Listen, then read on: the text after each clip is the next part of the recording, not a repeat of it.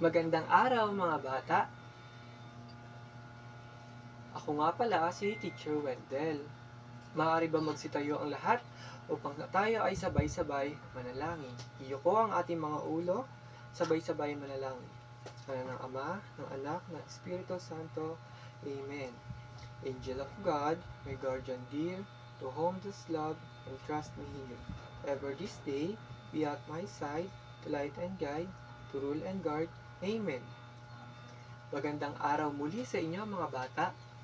Mayroon bang liban sa ating klase ngayong araw? Wala, magaling. Bago tayo magsiupo, tingnan muna kung may mga dumi dyan sa inyong upuan at kung mayroon, itapon sa tamang tapunan. Gusto nyo bang sumayaw? Sino dito ang gustong sumayaw? Ako din, mahilig din ako sumayaw. Alam nyo ba ang kantang subtraction song? Ganito lang yon.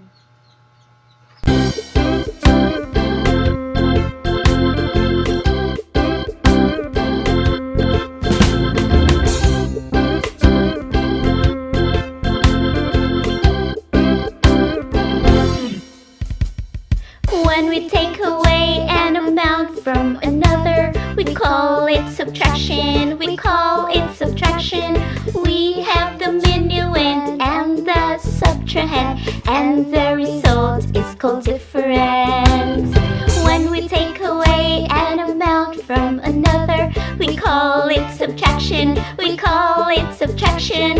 We have the minuend and the subtrahend, and the result is called difference.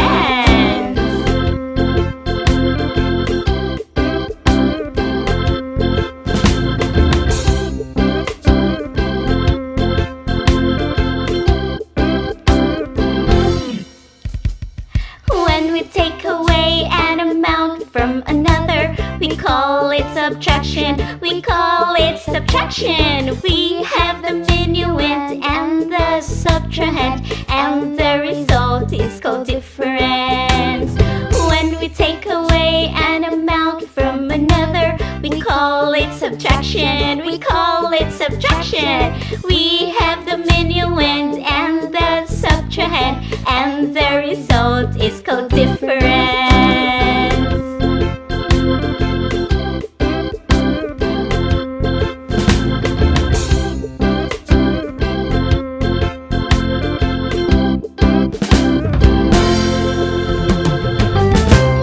Nag-enjoy ba tayo sa ating ginawa? Kung ganon, maaari na kayong magsiupo. Ngayong araw ay tuturuan ko kayo tungkol sa subtraction. Ano nga ba ang subtraction? Ito ay a mathematically operation where one number is deducted from another. Mayroon tayong aquarium na may isda. Ilan kaya ang isda sa loob ng aquarium? Bilangin natin. 1, 2, 3, 4, 5, 6. Mayroon tayong 6 na isda. Pero, namatay ang 4.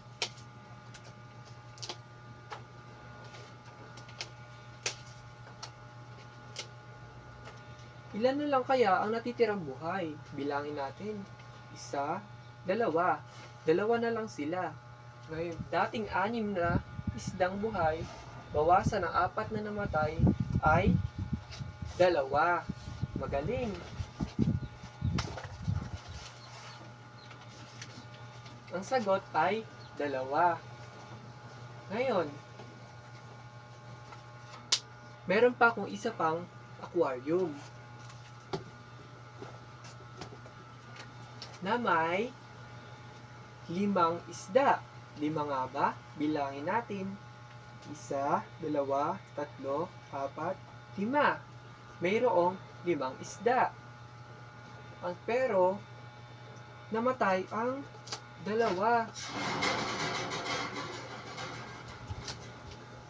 Ilan na lang kaya ang natira? 1, 2, 3. 3. Dating 5 isda, nabawasan ng 2, ngayon ay 3. Magaling. Ang sagot ay 3.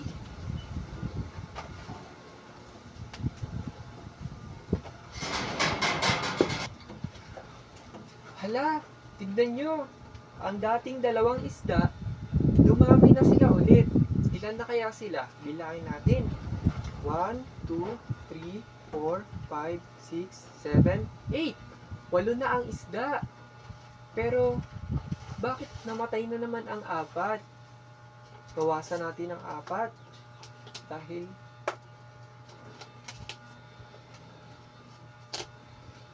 ngayon, ilan na lang kaya ang natitirang buhay? 1, 2, 3, 4. 4 na lang ang natitirang buhay. Dating 8 na buhay na isda, binawasan ng 4 na namatay na isda, ngayon ay 1, 2, 3, 4. 4 na lang ang natitira, kaya ang sagot ay 4. Naintindihan ba, mga bata? Gawain 1, paano to? In a whole sheet of paper, answer the question.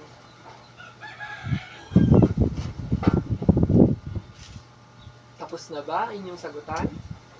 Kung ganon, magpalitan na kayo at hindi perfect.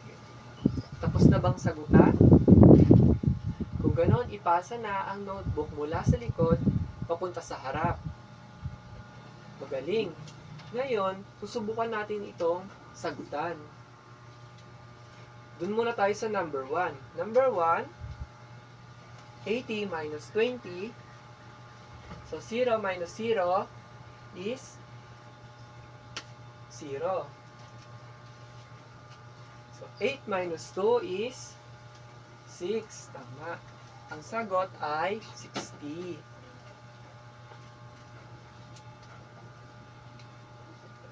Ngayon, number 2 naman. Sa number 2, 30 minus 15. Pwede bang i-minus ang 0 sa 15? Hindi, dahil magiging negative yon. Kaya ang mangyayari, manghihiram si 0 kay 3. Na magiging 2. Dahil hiniraman na siya, nabawasan na siya ng isa. At ang nanghiram ay magiging 10. So, 10 minus 5 ay 5.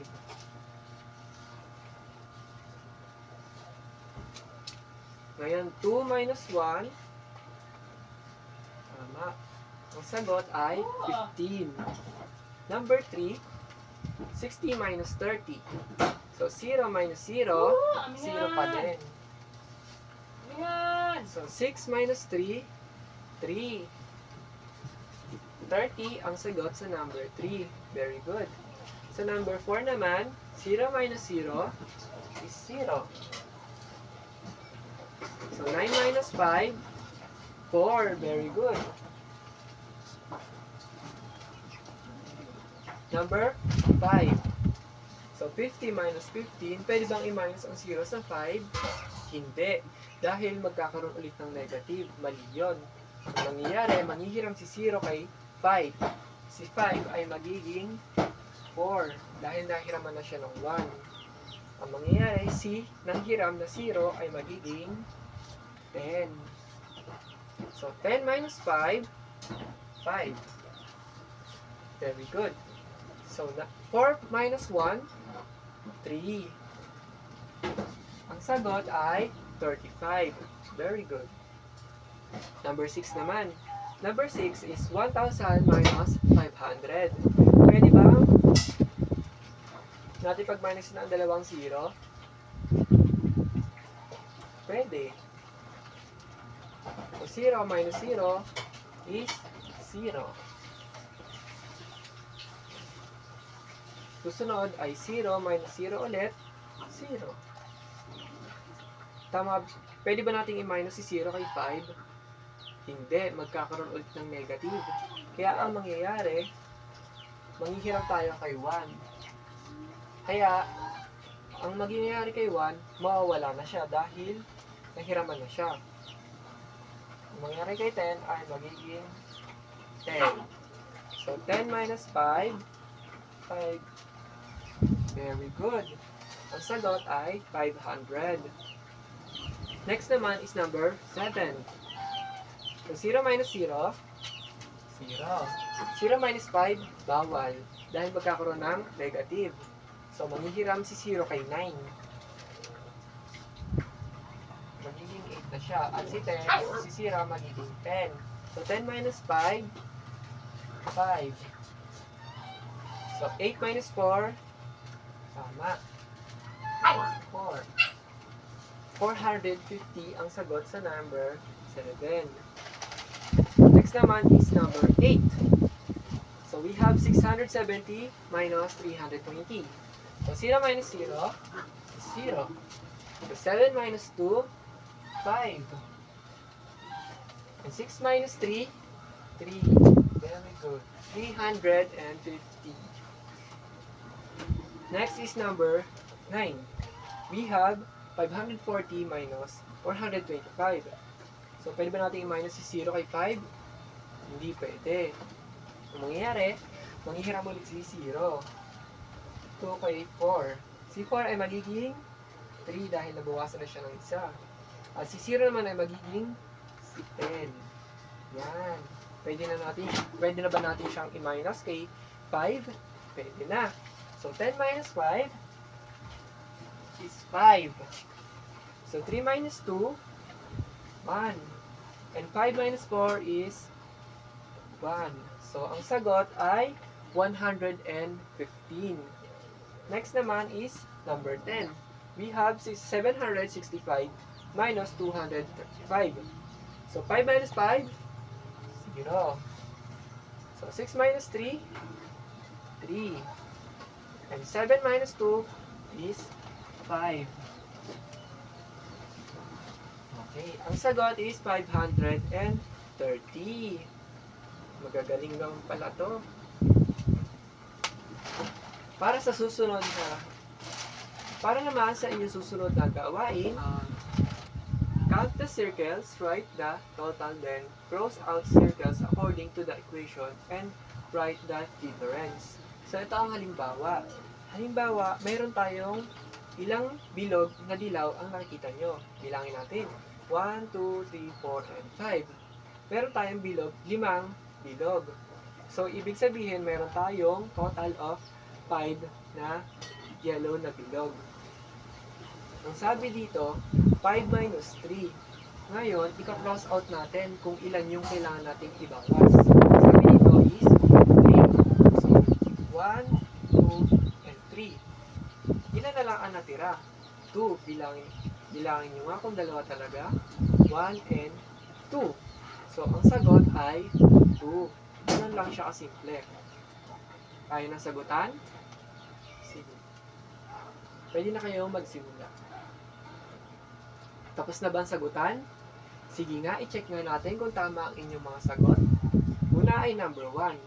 Ilang bilog na asul ulit ang meron tayo sa number 1? Bilangin nga natin.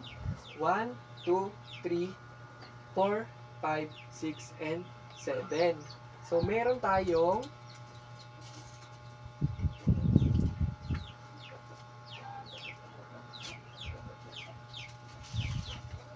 itong asul na bilog. Ang sabi dito, 7 minus 6. So, yung 6, kailangan natin i-cross out sa 7. So, 1, 2, 3, 4, 5, 6. Ilan na lang ang natira? Isa. Kaya ang sagot ay 1. Sino nakatama? Very good. Next naman is ang number 2. So, how many red dots ang nakikita nyo? Bilangin natin. 1, 2, 3, and 4. Meron tayong 4 na pulang bilog. Magaling. Ang sabi dito, 4 minus 2. Kaya magbabawas tayo ng 2. So, 1, 2. Ilan na lang ang natira? 1 and 2. Kaya ang sagot ay 2. Sino nakatama? Very good. Number 3, we have 6 violet dots. Ngayon, for number 3, ilan kaya ang violet dots natin? Bilangin natin. 1, 2, 3, 4, 5, and 6. So, meron tayong total of 6. Ay. Ulit. So, we have a total of 6. 6 purple dots. Ang sabi dito, 6 minus 1. So, bilangin nga natin. 1. Ilan kaya ang natira? 1, 2, 3, 4, and 5. So, 6 minus 1 is equal to 5. Very good. Number 4 is green dots. How many green dots we have? Bilangin natin. 1, 2, 3, 4, 5, 6, 7, 8, 9. We have a total of 9 dots. Ang sabi dito, 9 minus 5. So, siyam, bawasan natin ng 5. I-cross out natin ang 5. 1, 2, 3, 4, 5. Ilan na lang ang natira? 1, 2, 3, and 4. So, 9 minus 5 is equal to 4. Very good. Lastly, number 5, how many pink dots do we have? Bilangin nga natin. 1, 2, and 3. Ang sabi dito, 3 minus 1. So, we have a total of 3 pink dots. So, 3 minus 1, ilan na lang ang natira? 1 and 2. So, 2 ang sagot sa 3 minus 1. Sinong naka-perfect? Magaling! Bigyan ng anggaling clap ang bawat isa. Paano ang anggaling clap? Ganito gagawin ko muna, tapos susundan nyo. Okay? Ganito lang ang anggaling clap. 1, 2, 3, 1, 2, 3. Ang galing! Sabay-sabay nga tayo. 1, 2, 3, go! 1, 2, 3, 1, 2, 3. Ang galing! Very good! So, para naman sa inyong takdang aralin, so isulat lamang ito sa inyong kwaderno. In your notebook, write the correct answer to the problem using subtraction. So, meron tayong dalawang tanong. Una ay, number 1, if Carol has 100 pieces of cookies in a jar and Carol eat 35 of them, how many cookies has Carol left in the jar? Number 2 is, Marky is playing with his dog, Max. While playing, Marky got hungry and bought 150 bread. But Marky decided to share 40 of the bread to his dog, Max. How many bread has Marky left? So, sasagutan natin yan sa susunod nating pagkikita. Tapos na bang kopyahin ang lahat? Mabuti. Ngayon, iligpit na ang inyong mga gamit. Nakaligpit na ba? Magaling! Tayo muna ay magsipagtayo at sabay-sabay manalangin para sa ating pangwakas na panalangin. Father, the Son, the Holy Spirit. Amen. Angel of God, my guardian dear, to whom God's love and trust me here. Ever this day, be at my side, to light and guide, to rule and guard. Amen. Yun lamang para sa ating aralin ngayong araw. Paalam mga bata. Hanggang sa susunod.